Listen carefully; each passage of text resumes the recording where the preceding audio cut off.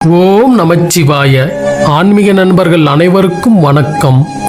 அமைதியை வெளியில் தேடாதே, அமைதியை உனக்குள் நீயே உருவாக்கு. அப்போதுதான் உன் மனம் தெளிவடையும்.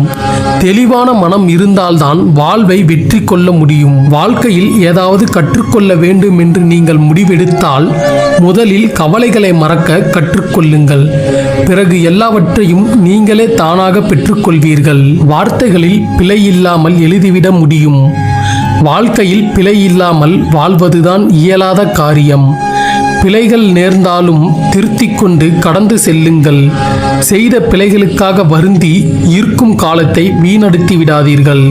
உறுதியான தன்னம்பிக்கையோடு துவங்கப்படும் எல்லா வேலைகளுக்கும் நல்ல நேரம் தேவைப்படுவதே இல்லை. நல்ல நேரம் வரட்டும் என்று காத்திருந்து உன் எதிர்காலத்தை இழந்து விடாதே.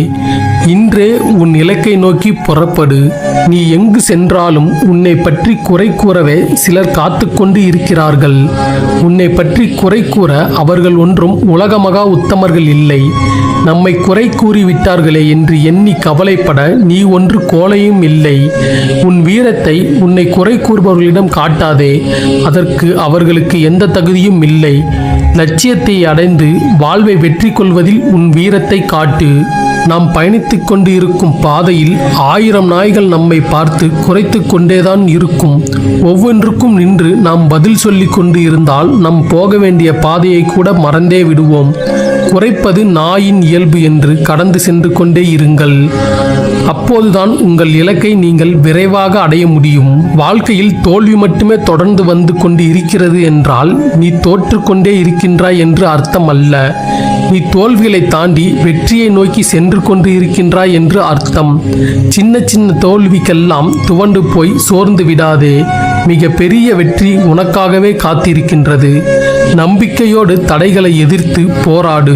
உன் உழைப்புகள் தோற்றாலும் நீ உழைப்பதில் தோற்றுவிடாதே. உன் உழைப்பு ஒரு நாள் வலிமையான வெற்றியை உனக்கு தேடி தரும். வாழ்க்கையில் நமக்கான நேரம் ஒரு நாள் வரும். அதுவரை உனக்கு வரும் சில சங்கடங்களை பொறுத்து கொண்டு ஓடிக்கொண்டே இரு. உன்னை வீழ்த்த மற்றவர்கள் பயன்படுத்தும் மிக பெரிய ஆயுதம் உன் மனம்தான். உன் மனதை தோல்விகளாலும் தயக்கத்தாலும் நிரப்பி வைக்காதே. உன் மனதை உறுதியான நம்பிக்கையாலும் தெளிவான குறிக்கோளாலும் நிரப்பி வை. உன் மனம் எப்பொழுதும் தெளிவாக இருந்துவிட்டால் உன்னை வீழ்த்த இந்த உலகில் யாராலும் முடியாது என்பதை பிறகு சிந்தியுங்கள். எப்படி முடிப்பது என்பதை மட்டும் முதலில் சிந்தியுங்கள். உங்களுக்கு வெற்றி நிச்சயம். நீ எவ்வளவு வேகமாக சென்று கொண்டு இருக்கின்றாய் என்பது முக்கியம் அல்ல.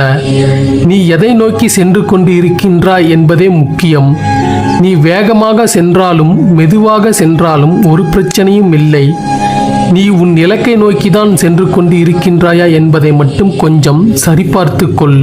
இறைவன் யாருக்கு எதை விதைத்துள்ளான் என்பது அவனுக்கு மட்டுமே தெரியும். அதை நீங்கள் கண்டடையும் வரை ஓய்வில்லாமல் உழைத்துக் கொண்டே இருங்கள். உங்கள் உழைப்புக்கான பலன் நிச்சயம் ஒரு நாள் உங்களை வந்தடையும். உங்கள் வாழ்க்கையின் பெருமை நீங்கள் இந்த பூமியில் எத்தனை ஆண்டுகள் வாழ்ந்தீர்கள் என்பதில் இல்லை, நீங்கள் எப்படி வாழ்ந்தீர்கள் என்பதில்தான் இருக்கின்றது. உனக்கு மட்டும்தான் கஷ்டகாலம் என்று நினைத்து புலம்பாதே. கொஞ்சம் உன்னை சுற்றி இருப்பவர்களை பார். ஒவ்வொரு இதயமும் கடலளவு கஷ்டங்களை சுமந்து கொண்டுதான் வாழ்க்கையை முன்னோக்கி நகர்த்துகிறது என்பதை தெரிந்து கொள்வாய்.